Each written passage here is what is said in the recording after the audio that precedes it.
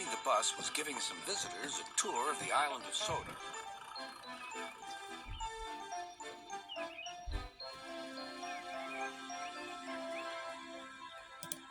It was their last afternoon, and Edward was preparing to take them to meet Bill and Ben. He found it hard to start the heavy train. "Did you see him straining?" asked Henry. "Positively painful," remarked James. "Just pathetic," grunted Gordon.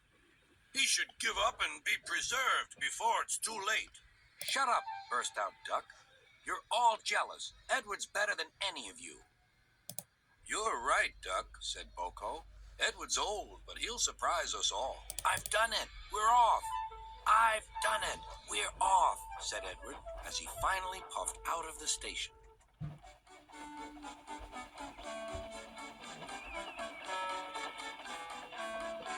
Bill and Ben were delighted to see the visitors. They loved being photographed. Later, they took the party to the China Clay Works in a brake van special.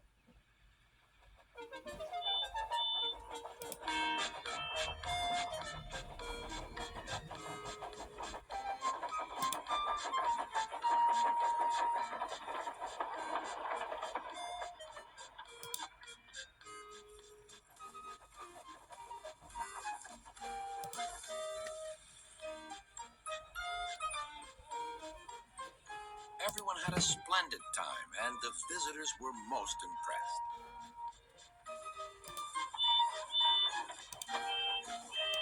Then Edward took the visitors home.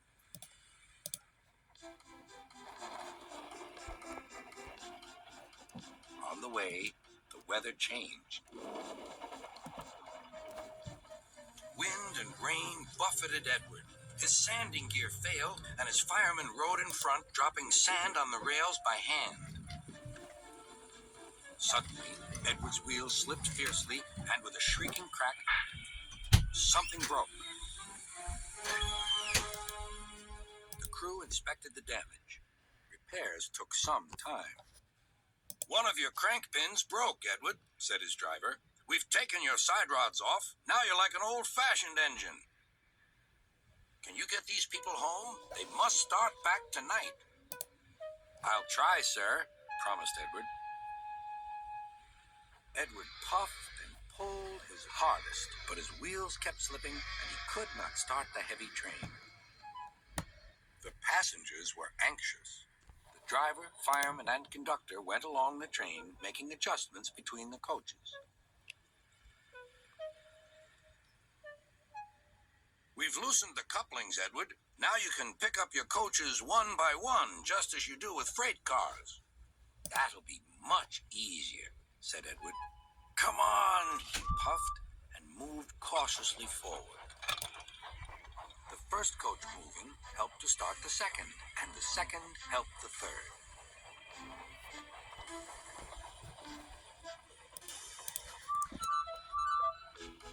"I've done it! I've done it!" puffed Edward. "Steady, boy," warned his driver. "Well done, boy. You've got them! You've got them!" And he listened happily to Edward's steady beat as he forged slowly but surely ahead. At last, battered, weary, but unbeaten, Edward steamed in. Henry was waiting for the visitors with the special train. "Beep! Beep!" Sir Topham Hatt angrily pointed to the clock, but excited passengers cheered and thanked Edward, his driver, and firemen.